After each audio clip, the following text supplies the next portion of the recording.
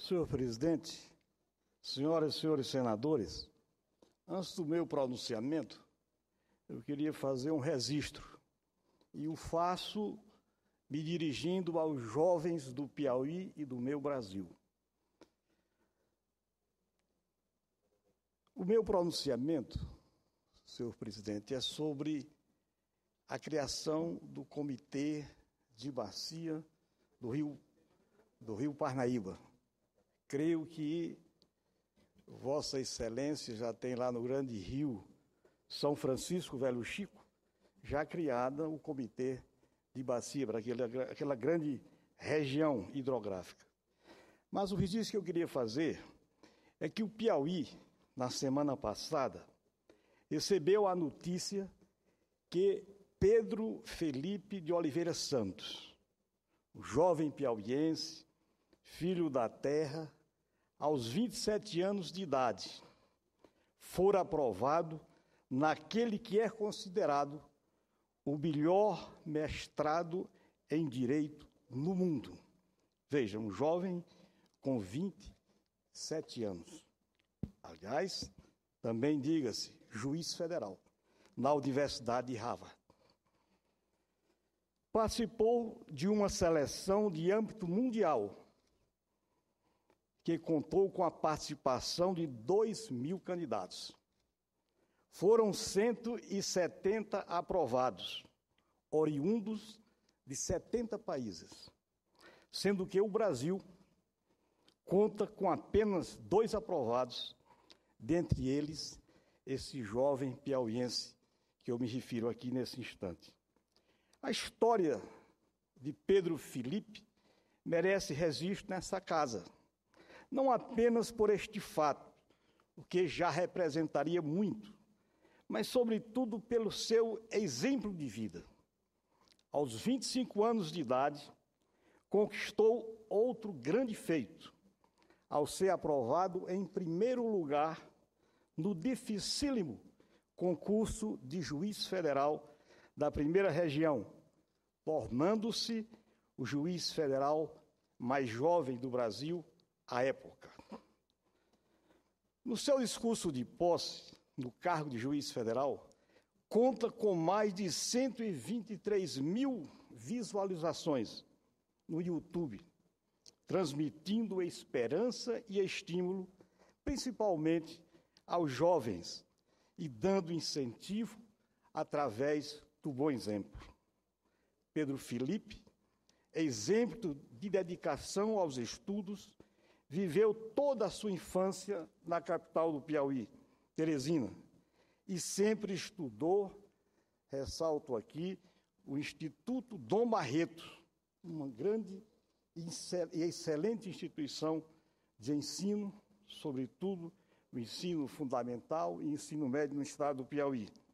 Eleito, aliás, esse estabelecimento em 2006, a melhor escola do país pelo Enem, e que no último ano figurou em 6º lugar.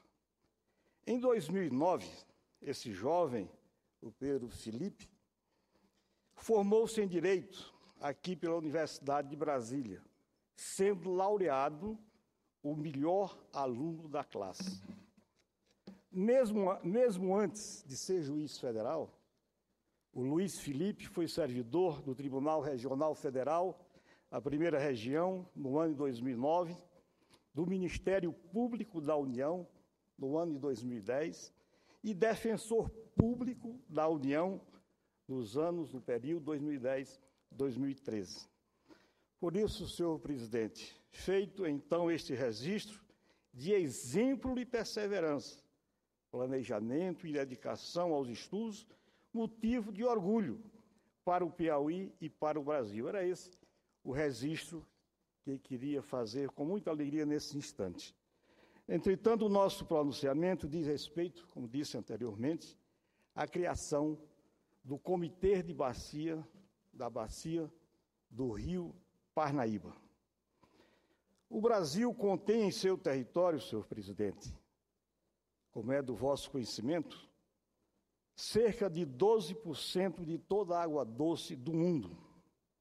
Essa riqueza representa um grande trunfo para o nosso desenvolvimento socioeconômico, constituindo também uma grande responsabilidade preservá-la e administrá-la corretamente, em benefício das atuais e futuras gerações de brasileiros. Essa gestão, contudo, não é uma tarefa trivial. Em primeiro lugar, porque todo esse enorme volume de água distribui-se pelo espaço geográfico de forma bastante irregular. Em segundo, porque são múltiplos os interesses que o disputam, da mesma forma que múltiplos também são os órgãos e entidades técnicas que sobre ele podem decidir em algum grau ou em uma outra instância. Gerir uma bacia hidrográfica implica responder de modo consequente e integrado às variadas e difíceis questões. Que quantidade de água é necessária para a manutenção do ecossistema que a incorpora? Quanto do excedente de água pode ser alocado à geração de energia, pode ser alocado para a indústria, para a irrigação e para o consumo humano? Quais são os limites de tolerância em relação aos afluentes dos esgotos que drenam para essa bacia, para este rio? Que planos, programas, projetos e ações terão que ser priorizados e desenvolvidos para contemplar as necessidades e os usos regularmente reconhecidos? E tudo isso, senhor presidente, deve ser estabelecido em relação a todas as 12 grandes regiões hidrográficas do Brasil, do nosso território. Cada uma delas contendo determinado número de bacias hidrográficas, sendo bacia, no caso, o conceito mais utilizado como unidade básica para a gestão de nossas fontes hídricas. Já do ponto de vista institucional, um diversificado conjunto de órgãos está encarregado desse gerenciamento, haja vista a complexidade do seu objeto decorrente de aspectos federativos, legais, técnicos, regulatórios e cooperativos. E entidades as mais variadas intervêm nesse contexto, sejam privadas, sejam do terceiro setor, a exemplo das empresas de saneamento básico e das empresas do ramo de navegação, dos sindicatos de pescadores e das entidades ambientalistas, dentre outras. Senhor presidente,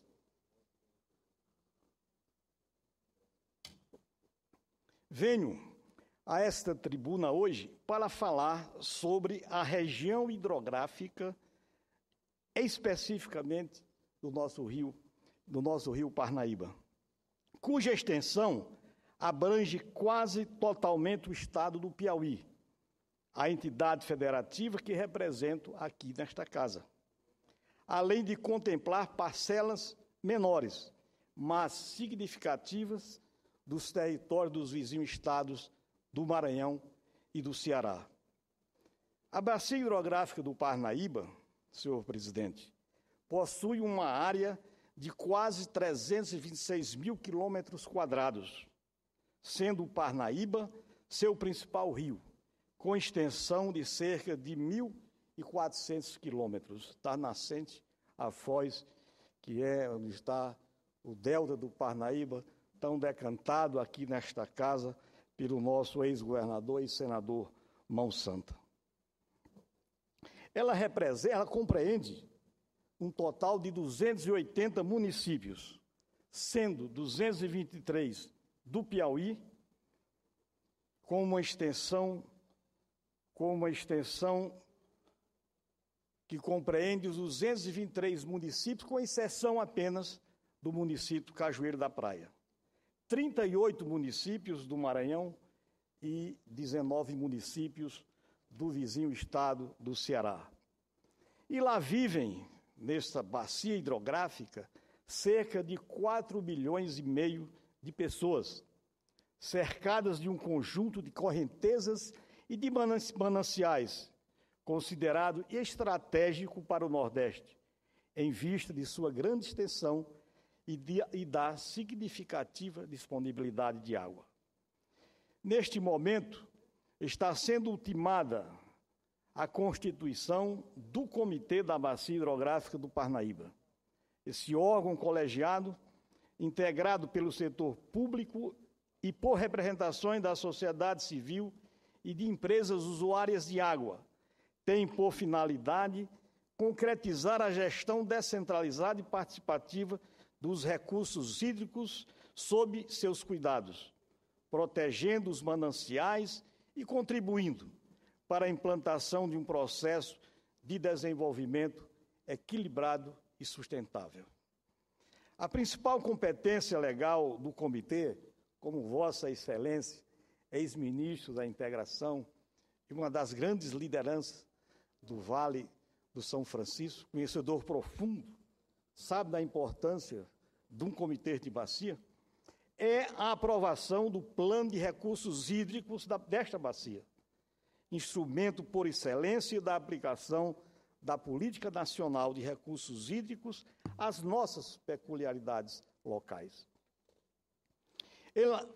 Ele funciona, esse comitê gestor, não é, como um instrumento geral de orientação quanto ao uso das águas e é formulado a partir de bases técnicas que levam em conta fatores tais como disponibilidade, demandas, as repercussões das demandas políticas, de políticas públicas sobre o setor hídrico, não só regional como local, a prospecção para novos usos no futuro e as restrições relativas à utilização dos recursos no presente momento.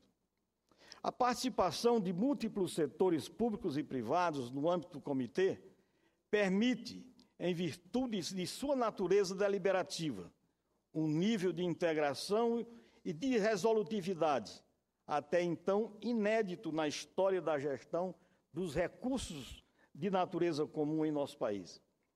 Trata-se, por isso, de um verdadeiro laboratório gerencial, cujos frutos, estou confiante, poderão fornecer um paradigma muito importante para os setores das mesmas características. Alguns passos, é bom que se registre, já foram dados para a institucionalização do Comitê da Bacia do Rio Parnaíba.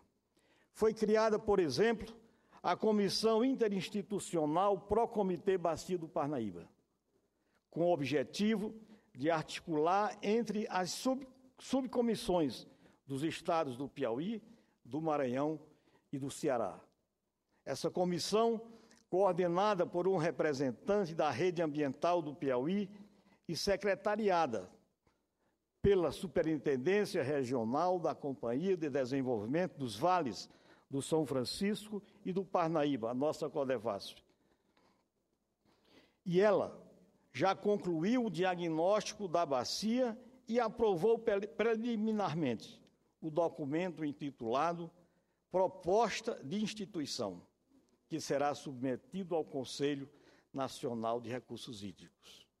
Essa proposta encontra-se atualmente em fase de subscrição, com o objetivo de alcançar o quantitativo mínimo de adesões, exigido pela Resolução de número 5 de 2000, do Conselho Nacional, em termos de número de prefeituras e de entidades da sociedade civil ligadas ao setor hídrico. Alcançado esse objetivo e aprovada pelo Conselho Nacional de Recursos Hídricos, a proposta seguirá para a formalização que se dá por meio de decreto da Presidência da República.